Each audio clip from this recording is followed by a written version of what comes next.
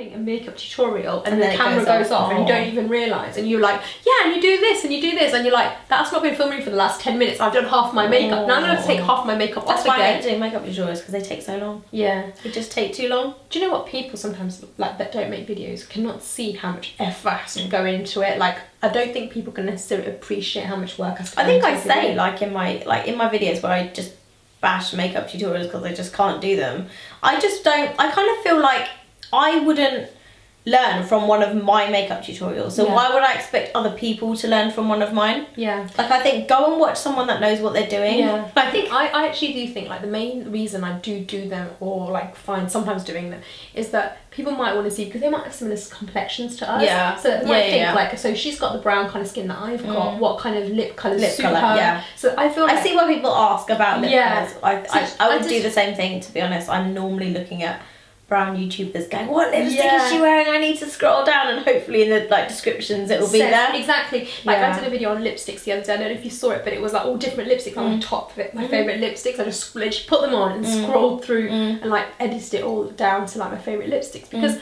sometimes that's what I'm looking for. Like I'll be like, just I fancy a quick video. I fancy a new lipstick. What's going to look good on me? And sometimes, but just by showing you in the actual thing, you can't really see how that's going to look on brown skin. So I think by putting it on and showing. What colour have you got in today? I've got Flat Out Fabulous by MAC. I've worn it in quite a lot of videos actually. I think it's just one of those ones that stands out. Yeah, it looks quite similar to what I had on yesterday with like Beat lip liner. Beat lip, like I love Beat lip liner. Yeah, I've got Cherry on today. Cherry lip liner with a bit of Ruby Woo just on there, but I know it's so drying. Like it's so really dry. But actually, so's the Fat Out Fabulous. So I ended up going over it with the pencil. Yeah. I used like I think it was called Made to Love or something pencil. Made to Love. And it was so drying. Like just have it by itself. So I went over it with the pencil, like thinking it was gonna make it better. But Charlotte Tilbury, the red I've got. Oh my God, it is amazing. I'll show you after filming. Yeah, it is amazing. I featured it in my lipsticks video, and I think that would look nice on your skin as well. Red. It is stunning. It's called Red Carpet Red, and it's kind of that blue undertone red, where it's not like trashy red. It's like classy, like reddy maroony colour. It's like dark red. Yeah, dark red. It's beautiful. It's a kind of, it literally is like you want to go out on a red carpet, like with a glamorous like gown. How do you feel about vlogging in public? Oh, I feel so embarrassed. So do I. I feel so embarrassed. I can't do it. Especially, okay, the filming part's okay, but the talking part, like you've got the camera on you and you're talking to a camera and people are looking at you like, what is she doing? Like, who's she talking to? Yeah. Like, it looks awkward. Mental. It looks like you're a bit mental. But you know what? A lot of the times, like, you kind of like, I was talking to like Kishan about this, and it was like, I just get into the zone. Like, you just kind of forget there are people around you. Oh, I can't. But then the funniest thing is when you watch it back and you see people in the background going.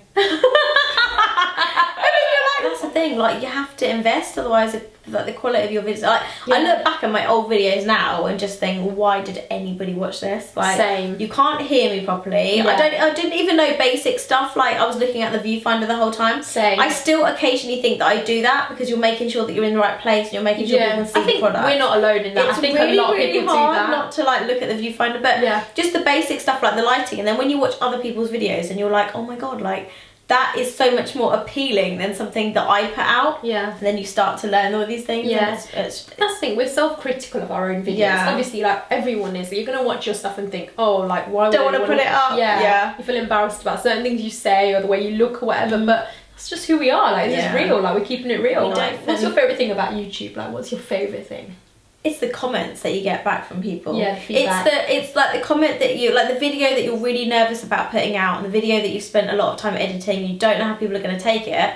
And then you'll get the comment back that go, oh my God, you've inspired me to do this, or you've inspired me to do that, totally or like, agree with this you. is like, this has made me smile, or like, I was having a really bad day until I watched this, and then you're like, oh my God, I made someone smile, and that's enough for me. My favourite thing is like empowering people, like, because they look at you and confidence. think, they could do it as well. Like, you know, I'm nobody special. I'm just your everyday girl as well, brought up in a similar situation to millions of people up and down the country. You know, I don't come from money. I just come from normal everyday life. My parents parents came. Normal people. Exactly. Parents came here back in Yeah. the 70s with not a lot of money and, you know, worked hard to get somewhere. And I work really hard now to get somewhere as well. And I think, like, showing people, like, empowering other people to be like, you can do it too. Like, it's not like I'm nothing special. I've done it. You can do it. And also, the thing that I get to meet people like you, like, we would never have met. Our paths would never have crossed if we hadn't done YouTube.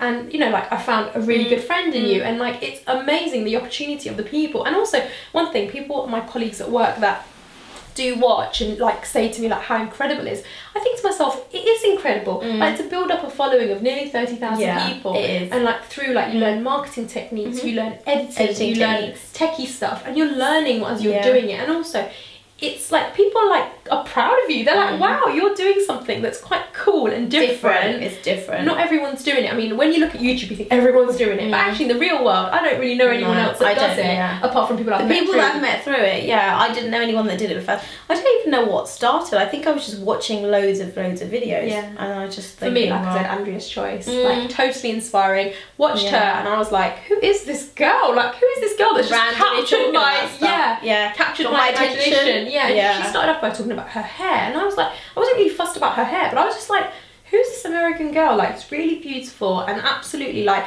really interesting person. And she's so funny. Yeah, so funny. I was like watching her, and I was like, wow. And that's how it started. And I kept thinking, I could do something like this, and in my mind it was there for about 2 years until I actually did it. So it took like who 2 was years. the first person you watched? Mine was Lauren. I can't remember her surname now. Was it Lauren Beauty or Lauren? No, her actual channel name was Panacea81. That's it, Panacea81. Panacea81 was her first, and I used to watch, you know, Faffinette X3, Aubrey. Faffinette X3. I don't think I know her. Stunning girl. Watched loads of her, and she actually subscribed to me recently, so I was really excited about that. Yeah, like people I've been watching for years, and some of them went away for a long time and then came back, and in the time that they disappeared, I was like, right, I've got to do this. Like, I've got to upload my first video. My first like tutorial was horrendous. Like, I didn't even say anything. There was no music. I literally just did my makeup and just uploaded it like from a phone. Nothing, because I didn't know what I was doing. Like, I just thought, it was almost like a let's just see if this uploads type thing. Like, it was almost like a test. Yeah. And then I never took it down because people watched it. Like, I mean, yeah, it wasn't like loads of views or anything myself, because I felt like at one point, because of YouTube, I was buying so much makeup, like, to make tutorials and to do like reviews. Keep up to date with everything. And I was like, I can't keep doing this. Like, I'm not someone that would have bought this stuff anyway. Like, I might have bought the occasional palette every now and then, but because I'm not a makeup artist, I would come home with all this stuff and think, I'm never going to use this in my lifetime. Yeah. So you're just buying it for the YouTube for the tutorials like purposes. I would go and watch somebody that actually knows what they're doing, as opposed to me. But that's quite interesting actually, because like I do buy quite a bit of makeup, and I am into it and stuff like that, and but like my message always is to people on YouTube, don't go and waste your money. Like when you're seeing girls on YouTube that are hugely successful, and they'll go and buy makeup, and they'll buy like a lipstick in every colour, or a lip gloss in every job. But they're not even buying it necessarily. Makeup artists, aren't they? But a lot of them aren't even necessarily buying it. They're getting sent it free. Yeah. So like they're obviously the people that are watching them are say 16, 17, thinking, oh my god, I must have this lip gloss in every colour. Oh, I must have like her. Yeah, I must have this in every colour. I must go and have like makeup hoarding and spend all your money on makeup. No. That's not what my message is. Like, I'm 33 years old. I've got my priorities right. Like, I've got my house, I've got my life sorted, I've got savings, and I do buy makeup, but I buy it within reason, what I can afford. You buy what you want and what you like. You wouldn't necessarily go out and think, I need this, but there is the occasional thing that you'll save like look into it, I'll research it a little bit. I'd already just go and waste my money and buy every like lip gloss in every somebody colour. says it's lovely. Exactly. And it's about priorities. At the end of the day, like, if you're younger, you need to think about your university. It's going to cost you a fortune. You're getting on the property ladder, get your career sorted. Exactly. We're at a different stage in our life. Like, we have our careers on track. We've got our houses. We've got to the point when we have that little bit more of disposable income. And exactly. I can spend it on makeup if you want to. And I'm not saying even now, I'm sometimes like, oh no, I really don't. I shouldn't. There's a couple of palettes I need. I want, but I don't need them. So I'm like, do you know what? What are they? There is the Stila the eyes of your windows, or eyes of the windows, the Stila palette, which I think I can probably get in Boots actually, and I really want to get it. It's got some really nice neutrals in it, but I always use my Naked palette, and I think to myself, some of the colours are really similar. So you can dupe it. It's just the fact that they put them all in one like place, like they. Yeah. I guess obviously because when they advertise these and when they come up with these, they're doing something that's like appealing to the eyes, and all the colours will match and it will look perfect together. But I guarantee if I go into my collection, I've got a dupe for every single one of them. Exactly. And that's why I think people have to, like, when they're watching YouTubers, just take everything with a pinch of salt. Yeah. Like when they're showing you these haul videos, like don't be go crazy and think I need to waste my money. But they make it really appealing. Like, you know, if like a YouTuber does like a lookbook and they've got these different outfits on, and you're like, oh, I need something, I'm going out for this event and I need something to like wear, I need a new outfit, like then fair enough, like go and get something if you're looking for something anyway. But it's very tempting just to go, oh, I really want to look like that, I think that would look nice, but then you often get it and then you don't use it. No, but or you don't wear it, half the stuff or you don't like a lot of these big YouTubers, beauty, fashion, whatever, it's all free. Like, come on, like you can't be thinking that these people are spending on every outfit they're showing you. And one thing I love, have you seen recently, there's a new rule that's coming that you have to actually say if it's a sponsored video now. Yeah. And if it's an ad to. No, I don't. I thought people always put it in the like disclaimers underneath. No, I don't think so. Beauty Crush recently did a video and she actually put something like going out outfit, like stroke ad, and I think everyone appreciated that so much. Like, it's purely, she was sponsored by someone like Miss Guided who gave her the outfits to showcase. There were quite a lot of those. She does an amazing job of it, and clearly everybody watching can take it for what it is. It's like an advert. It's your favourite YouTuber doing it and showcasing it in a beautiful way, because she does. Her lookbooks are amazing. Yeah, but she's clearly saying this is an ad, and I think that then you watch it with a different opinion, because it's like watching an advert on TV. Yeah. You can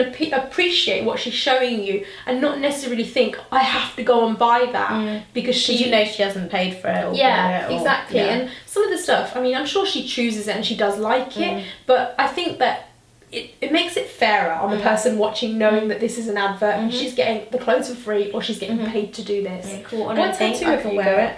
I've just got 3 little hearts linked with chains, like so just on my lower back. Yeah. My mum was like, you can get it done if it means something, otherwise you're not getting it done. I was like, okay. I think she just didn't want some sort of big animal or something on my back, or something crazy. She just didn't want crazy, and I thought if she approves of it, then she's going to be fine about it.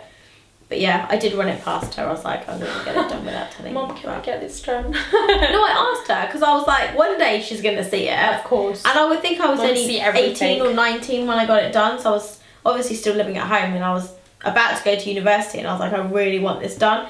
And she was like, well, tell me what it is first, and then we'll think about it. And then when she like saw it, she was like, actually, it's quite pretty. Yeah. So it's really addictive. It's so hard with the tattoo to be original, be cool. Like, everyone's trying to do something different, but you can literally, everyone's had tattoos everywhere, the whole body. Explain to me your one with the triangle and the line.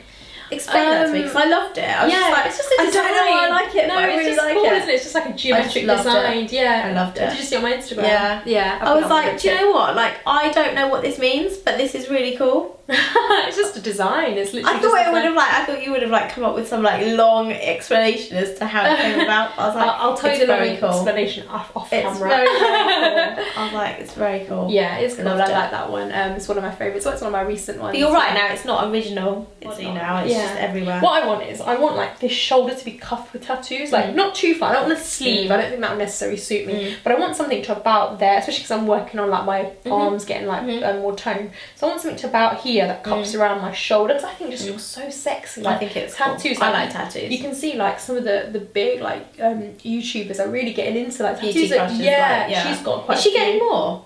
She's literally got a sleeve now. I think she's had quite a few, and I just think like it looks so nice, and I'm thinking about getting something like more colour, because at the moment everything's black. Maybe getting some colour on my arm or whatever, that'd be quite cool. I think tattoos are cool, but I love them. I know a lot of people say, oh, like what will you feel when you're like 80 years old or wrinkly, or whatever you're 80 years old, it'll look back on it and be like, I just think I'll look back on it and be like, that was just what I did. That's how I felt at the time. Exactly. And that was me then. Like, it's your journey, and I think like once you have a tattoo, it's a part of you. Like, I don't even think now I've got tattoos. Like, I don't even think about it. I just wear what I wear, and they are there, and like I know they're going nowhere now, and like there's no point to start regretting things because they are them. But the thing is, people are now, I think, spending more on laser. spending to get more rid of laser. them. Yeah. I think that's silly. I think they obviously didn't think about it when they got it done. But those are the people that probably got it done when they were drunk or like intoxicated or something. Yeah. They didn't really think about it. Exactly.